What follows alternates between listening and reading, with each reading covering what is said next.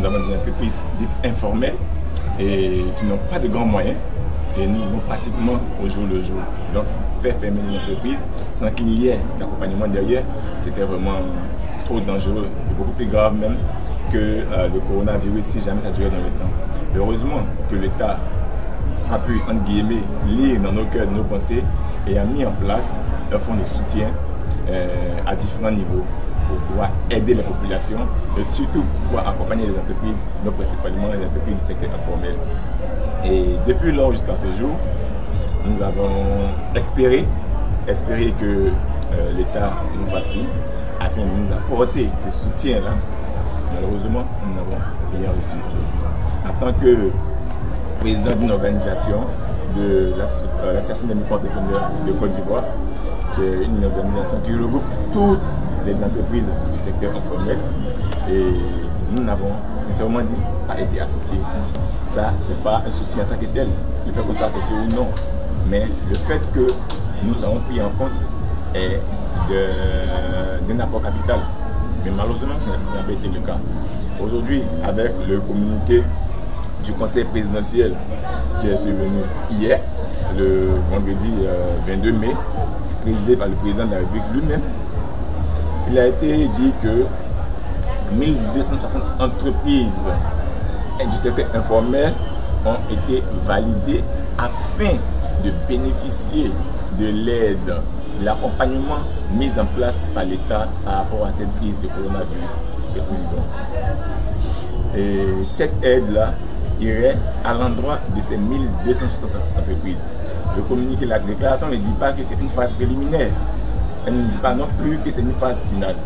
Mais le fait de dire que nous avons identifié et validé 1260 entreprises, ce qui nous laisse entendre que c'est seulement ces 1260 entreprises qui vont bénéficier de l'aide de l'État. N'oublions pas que nous sommes dans un État qui s'appelle la Côte d'Ivoire, donc un pays pauvre. Et depuis toujours, il y a des études qui sont là, menées par l'Institut national de la statistique, menées des études financées par l'État et par les partenaires internationaux, partenaires au gouvernement, comme la Banque mondiale, la BAD, disent que la Côte d'Ivoire est un pays d'où l'activité économique est à majorité dominée par le secteur informel. Et encore, ce secteur-là est celui qui emploie le plus. Les statistiques locales disent que le secteur informel désormais emploie 89,6% des travailleurs en Côte d'Ivoire. C'est 89,6% des travailleurs en Côte d'Ivoire. Et avant ça, on va derrière les études statistiques menées par l'Institut national de la statistique en 2016 qui disait qu'il y avait 140 000 entreprises dans le secteur informel. Même si on dit qu'il y a une politique de formalisation de 2016 à 2020, les 140 000 entreprises ne peuvent pas carrément passer de 140 000 à peine 2000 entreprises. C'est pas possible. C'est pas possible.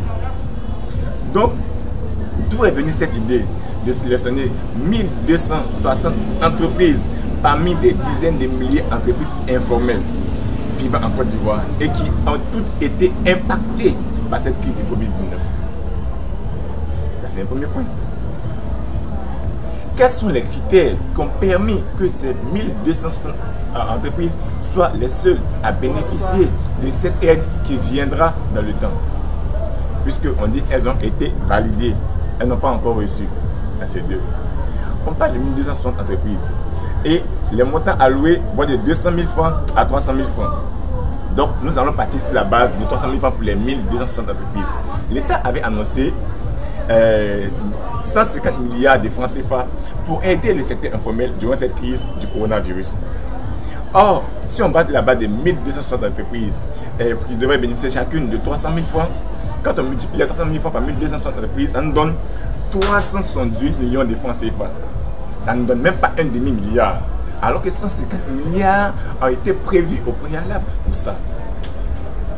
Donc ce gap consistera à quoi? Servira à quoi? Pourquoi décaisser 150 milliards de francs CFA, sachant qu'on a en idée le nombre d'entreprises qu'on va accompagner? Si c'est 1260 entreprises, qu'on divise les 150 milliards de francs CFA en 1260 entreprises, c'est pas possible et c'est pas logique. C'est vrai que dans le secteur informel, nous n'avons pas de grands moyens quand nous travaillons. Mais 200 000 francs, 300 000 francs, ça ne répond pratiquement pas à grand chose. Mais comme c'est un accompagnement de l'État et que l'État lui-même a encore des difficultés face à cette crise, on peut le comprendre. Mais nous demandons que l'État prenne en compte les réalités du terrain. Il ne s'agit pas de rester dans des bureaux, dans des endroits fermés et décider. Ici où nous sommes assis, c'est un maquis qui était fermé depuis plus de 2 mois. Et pendant cette fermeture, il y a la moisissure qui a dû détériorer certains meubles. Vous voyez la réflexion que j'ai fait ici. On refait la toiture, on refait la charpente, tout ça. Donc, l'inactivité a causé encore d'autres dégâts. Et l'État se permet de sélectionner 1260 entreprises qu'il va accompagner. Nous trouvons ça injuste. Nous trouvons ça injuste. C'est un peu discriminatoire. C'est un peu discriminatoire. Parce que en Côte d'Ivoire, il y a des dizaines de milliers d'entreprises du secteur informel. On sait très bien que le secteur informel est celui qui n'en pas plus.